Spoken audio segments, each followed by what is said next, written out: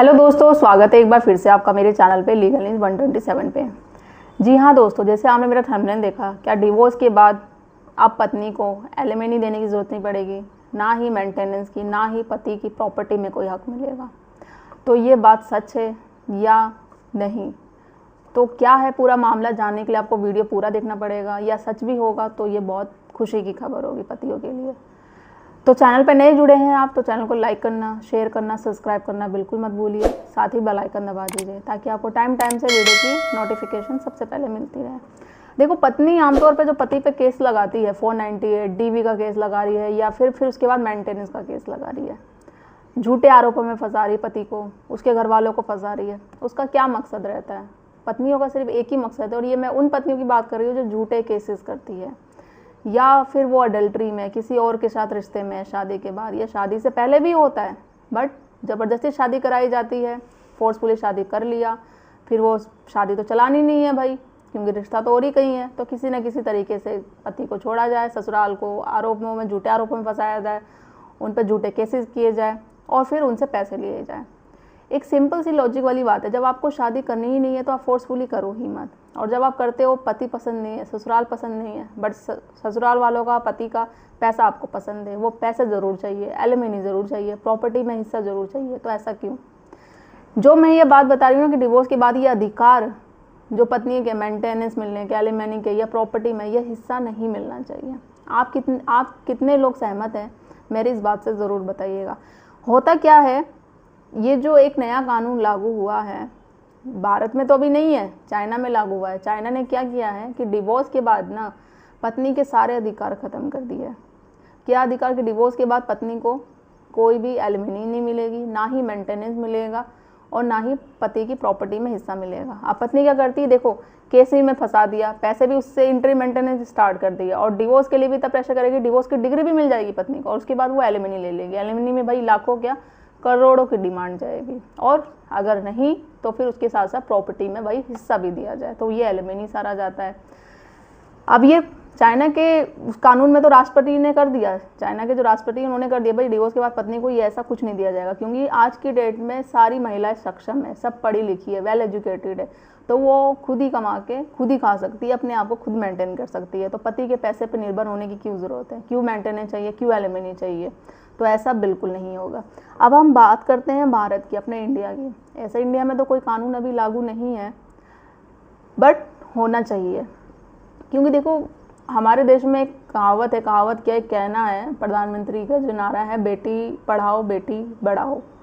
तो जब बेटी पढ़ती है तो आगे बढ़ती है, ठीक है। तो आज की डेट में सभी एजुकेटेड है, सभी सक्षम है, तो क्यों बेटियां शादी के बाद डिपेंड करती है कि भाई पति से पैसे ले आए, मेंटेनेंस दिया जाए? एक तो वो झूठे केसेस कर रही है, झूठे आरोपों में फंसा रही है, जॉब करती भी है ना तो जॉब छोड़ देती है, केस करने के बाद जॉब छोड़ दिया कि भाई नहीं, अब तो पैसे तो पति से लिए जाएंगे, ससुराल वाले से लिए जाएंगे। या पढ़ी लिखी है भी, जॉब नहीं करेगी, क्यों जॉब करूँ, क्या ज़रूरत क्या जॉब करने की? पति से पैसे लिए जाएंगे, उस पर केस करूँगी, मेंटेनेंस का केस, या डिवोर्स भी मिल जाएगा, उससे ही पैसे लूँगी, अब आराम से ऐश करना है, खाना है। सपोर्ट कौन करता है इस केसों में? उन पत्नियों का, उन महिलाओं का, उसके घर वाले उसको वो शिक्षा देते हैं, उसको ज्ञान देते हैं कि तुझे ऐसे करना है। अगर कुछ पत्नियों को पता भी नहीं रहता है ना कि ऐसा करना चाहिए, नहीं भाई तू ये मेंटेनेंस केस कर, एलिमनी कर, डिवोर्स मिल गया ना, अब ऐसी ही रकम आ रही है करोड़ों में, उसकी प्रॉपर्टी से भी हिस्सा मांग, उसका कोई बिजनेस है, कोई शॉप है, वो भी मांग। तो इस तरीके से, या फ्रॉड से भी वो ले लिया जाएगा पहले से ही। तो बेचारा पति क्या करता है, पूरी तरीके से फ्रस्ट्रेट हो जाता है, परेशान हो जाता है कि क्या करना क्या नहीं। जिसके पास पैसा रहता है, उसको इस जंजाल से बाहर निकलना है तो वो दे देता है, नहीं रहता तो क्या करेगा? वो कुछ गलत ही कदम उठाएगा, जैसे आमतौर पे सभी उठाते हैं, सुसाइड का केस करना, ये करना। बहुत सारे आपने जैसे अतुल सुभाष देख लो, मानव देख लो, ऐसे बहुत सारे नाम है जिसे हमें, जो नाम तो हमें भी पता भी नहीं है, जो सुर्खियों में नहीं आते, जो आते हैं सिर्फ हमें वही पता है। तो आखिर ऐसा होता ही क्यों है? देखो, पहले जब शादी होती थी ना तो डिवोर्स नहीं होता था, तलाक नहीं होता था, क्योंकि शादी एक पवित्र रिश्ता माना जाता है। इस तरीके से तलाक नहीं होता है। भारत में ये क्या किया गया, ये विदेशी कानून है, तलाक, डिवोर्स लेना, वहाँ से कॉपी पेस्ट हुआ। मेंटेनेंस लेना, एलिमनी लेना डिवोर्स के बाद, ये भी कॉपी पेस्ट ही कानून किया गया विदेशों से। तो तलाक से लेके मेंटेनेंस, एलिमनी सारी कॉपी पेस्ट किया गया, अपना कोई कानून नहीं है, कुछ नहीं है। बल्कि ये जब आप बेटी पढ़ाओ बेटी बढ़ाओ की बात कर रहे हो, तो ऐसा बोलना चाहिए कि नहीं, खुद ही सब इंडिपेंडेंट है। आज की डेट में सभी, पुरुष हो या महिला, वैसे तो इक्वलिटी की बात की जाती है कि महिलाएं पुरुषों से आगे निकल रही है, अब सब इक्वल हो रहे हैं, कोई किसी से कम नहीं है। बट जब बात आती है ऐसी, तो नहीं, महिलाएं को पैसे देना चाहिए, पति का हक बनता है, भले वो बेरोजगार हो, उसके पास वो जॉब भी ना करता, जॉबलेस हो, और पत्नी होती है गवर्नमेंट जॉब भी, फिर वो मेंटेनेंस का केस कर देती है। क्यों भाई, क्यों मेंटेनेंस की ज़रूरत है? आप गवर्नमेंट जॉब है, हस्बैंड है प्राइवेट जॉब, या फिर वो जॉब कर भी नहीं रहा इस वक्त। यहाँ तक कि मेरे पास ऐसे ऐसे कमेंट आते सब्सक्राइब हो कि मैडम मैं जॉब नहीं कर रहा और मैं विकलांग हूँ, और मुझ पे मेंटेनेंस केस लगा दिया कि महीने का आप 10,000 दो। पत्नी मेरी गवर्नमेंट जॉब कर रही है और छुपाया गया है, मेरे पास प्रूफ है सारी चीज़ें, तो मैं कहाँ से दूँ? तो कैसा कानून है, किस तरीके से है, समझ में ही नहीं आता है। कहाँ इक्वलिटी वो चली जाती है जब महिला पुरुष सेम होती है? ठीक है, कानून बनाया गया महिलाओं के लिए, लेडीज़ों के लिए, कि आपके साथ अत्याचार होता है तो आप कानून का वो उसका यूज़ करो, 498 केस लगाओ, DV लगाओ। बट ये उन महिलाओं के लिए बनाया गया है जिनके साथ सच में अत्याचार होता है। बट वो महिलाएं क्या करती हैं आज के डेट में? वो तो आती नहीं है कोर्ट कचहरी थाने पहुंचती नहीं है, अपने खिलाफ अन्याय जो होता है वो आवाज़ उठाती नहीं है, बस वो बंद कमरे में रह जाती है। वो अपनी परिवार, अपना रिश्ता, अपना पति देखती रहती है।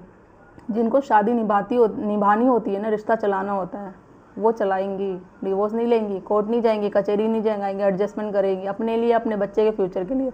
और जिनको रिश्ता नहीं चलाना होगा ना, वो छोटी सी एक एक बात नहीं एडजस्ट करेगी। उनको मारना तो दूर, आप ऊंची आवाज़ में बात नहीं कर सकते। जहाँ आपने ऊंची आवाज़ में बात करी, दूसरे दिन पत्नी कोर्ट में पहुँच जाएगी, थाने में पहुँच जाएगी, आप पे कंप्लेन कर देगी। तो ऐसा बन गया है। ऐसा कानून ही क्यों बना गया है? क्यों आप एक तरफ बोलते हो बेटी को पढ़ाओ, ये करो, और फिर दूसरी तरफ बेटी पढ़ के भी, लिख के भी, फिर भी पैसे की डिमांड करती है, एलिमनी की डिमांड करती है, झूठे आरोपों में फंसाती है। तो ऐसी शिक्षा उन पेरेंट्सों से रिक्वेस्ट है जो अपनी बेटियों को करते हैं, सपोर्ट करते हैं, कि शादी अगर आपने की है ना, तो उसको बोलो कि वो उसका ससुराल है, उसका घर है। छोटी मोटे लड़ाई झगड़ा हर किसी घर में होता रखा है, आप उसको समझाते नहीं हो, एडजस्ट करने की कोशिश नहीं करते, ससुराल वाले को समझने को टाइम नहीं देते। आप बोलते हो हाँ ऐसा किया तो वापस आ जा घर, हम देख लेंगे, हम कर लेंगे, तुझे रहने की ज़रूरत नहीं है, किसी की बातें सुनने की ज़रूरत नहीं है। यही जो आप बात बोलते हो ना, सबसे बड़ी बात बोलते हो, और यही आपको नुकसान करता है। आप जब तक हो अपनी बेटी का साथ दोगे, जिस दिन नहीं रहोगे कौन देगा? तो उस दिन तो वो अकेली पड़ जाएगी फिर। और जब बेटी चाहेगी भी कि भाई जाना, तो वो फिर नहीं जा चाहेगी, ना पति रखेगा ना ससुराल वाले, क्योंकि जब तक तो बहुत देर हो चुकी होती है। तो ऐसा केस करो ही मत। और ये सेम मैं पति के साथ भी कहती हूँ। वो अपनी माँ में, किर में, अपनी पत्नी, एक जो पत्नी है वो अपना घर छोड़ कर आई है, वो पतियों को बोल रही हूँ जो सच में गलत करते थे पति के साथ, छोड़ के आई है पत्नी आपके साथ, आपके विश्वास पे, तो उसके साथ अपनी फैमिली वालों पर ठीक है ट्रस्ट है, सब कुछ है, तो उस पर भी ट्रस्ट करना सीखो। दोनों की बातें सुनो, भले अपनी मम्मी की बात सुनो, पत्नी की बात सुनो, फिर जो सही फैसला वो। ये नहीं कि अपनी मम्मी की आपने बात सुन ली कि हाँ तेरी बीवी ऐसी कर रही है, बहू ऐसी कर रही है, तो वो चीज़ें हैं, तो आप विश्वास करके उस पर बुरा बोलने लग जाओ, उसको मारने लग जाओ। तो ऐसा नहीं करना। दोनों बातें सुनो, सबको जब सही फैसला हो, जब तो दोनों को समझना पड़ेगा, करना पड़ेगा। पहले तो शादी दो जनों की नहीं, दो परिवारों का रिश्ता होता था। आप आजकल तो दो ही रिश्ते ही नहीं जाते, हस्बैंड वाइफ का रिश्ता नहीं निभाया जाता, परिवार की तो बात छोड़ो। तो शादी को चांस दो, समझो एक दूसरे को, फिर एक फैसला करो। क्योंकि अभी कानून ऐसे नहीं हैं जो अभी देखो चाइना में ये कानून लागू हो गया है कि डिवोर्स के बाद अब वाइफ को कुछ नहीं मिलेगा। हो सकता है कि भारत में भी लागू हो, और वो कब हो वो कुछ पता नहीं। कुछ नेताओं की वजह से, कुछ है हमारे यहाँ पे करप्ट अभी भ्रष्ट नेता, तो उनकी वजह से चीज़ें नहीं हो पा रही हैं। तो वो लोग आप भी समझ सकते हैं।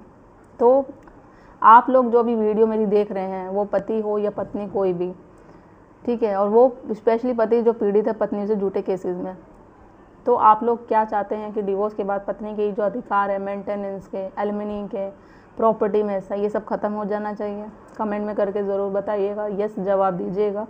ज़्यादा से ज़्यादा लोग तो शेयर करिए वीडियो को। मेरी पसंद आई होगी तो चैनल को सब्सक्राइब करना बिल्कुल मत भूलिए। जल्दी मिलती हूँ मैं कैसे इन्फॉर्मेटिव वीडियो के साथ, तब तक के लिए थैंक यू।